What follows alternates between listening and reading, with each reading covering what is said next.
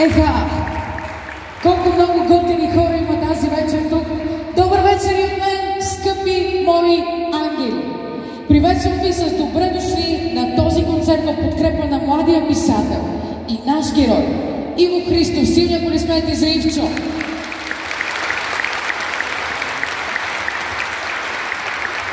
Аз съм Ивка Бейба и използвам към вас това обращение, защото вярвам, че обединени от една кауза в името на борбата за още една глътка въздух, борбата за продължението на един човешки живот, ние наистина можем да се наречем приятели.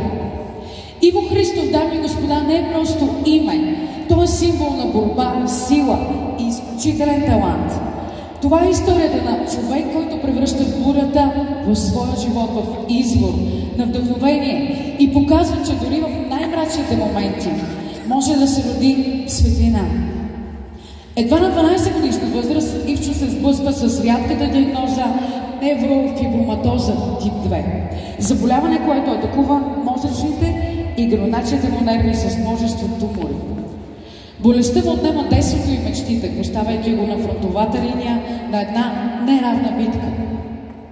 Лишен от слух и глас, вместо да се предаде, той открива нещо много по-силно. Дарбата си да пише.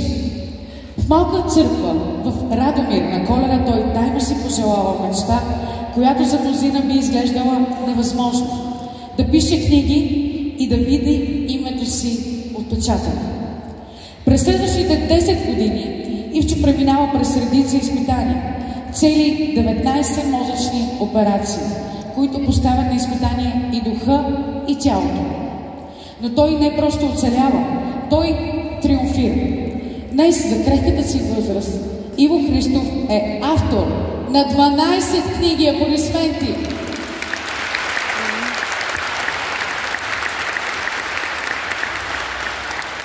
Към момента Иво, скъпи дами и господа, е в ключов етап от своята битка с заболяването. Благодарение на скъпоструваща терапия с медикамента Коселилго, започната през миналата година, състоянието му се подобрява, а туморите започват да се свиват. Поради тази причина лечението му е удължено до август 2025 година, но изисква сериозни финансови ресурси. Стойността на лекарството необходимо едва за един месец лечение е 38 000 лева.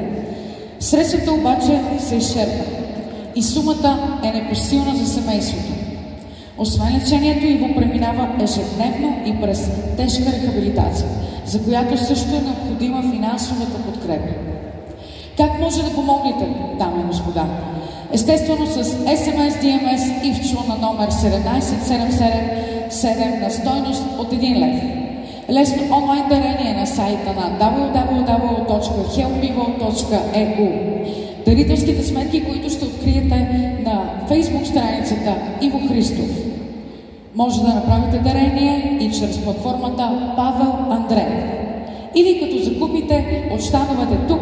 Видяхте ли ги на излизане щандовете, които са разположени на излизане от залата?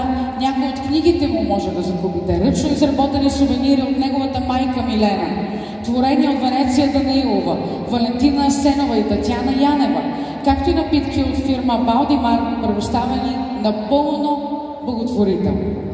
Всеки жест на подкрепа, дами и господа, носи надежда за още един ден без болка и още един шанс за по-светло бъдеще. Благодарим на всеки, който ще го направи. Аз лично ви благодаря, че сте тук заедно с мен и ние всички сме ангели. Благодаря ви.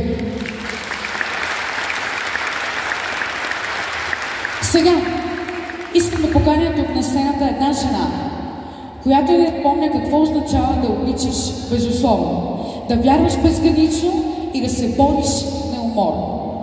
Моля силни аплодисменти за майката на Ивчо, Милена!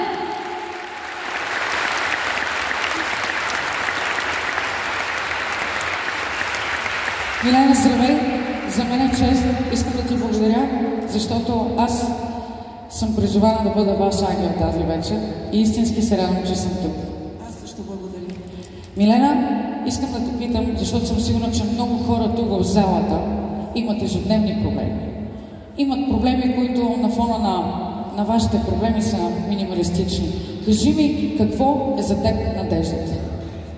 Как намираш надежда? Надеждата е, искам да кажа мотото на последната книга на Иво Христов. На корицата пише: обичта е тази искрица, която не позволява на надеждата да гасне. Когато човек обича силно, когато знае в какво вярва и в какво се надява, пътя е ясен, отказване няма. Аплодисменти.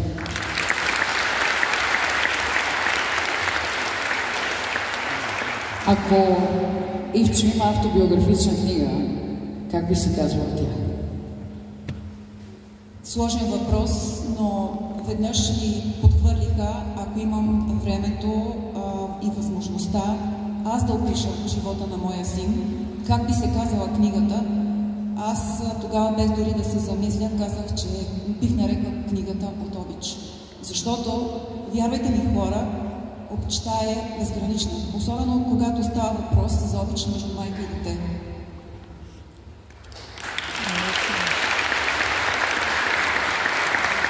Милена, радвам се, че има толкова много хора тук.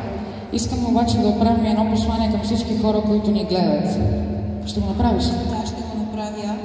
Въпреки, че съм толкова развълнувана, че не зная откъде да започне и как да овладея емоциите си, най-напред искам да поздравя всички хора с добре дошли, които са тук в залата.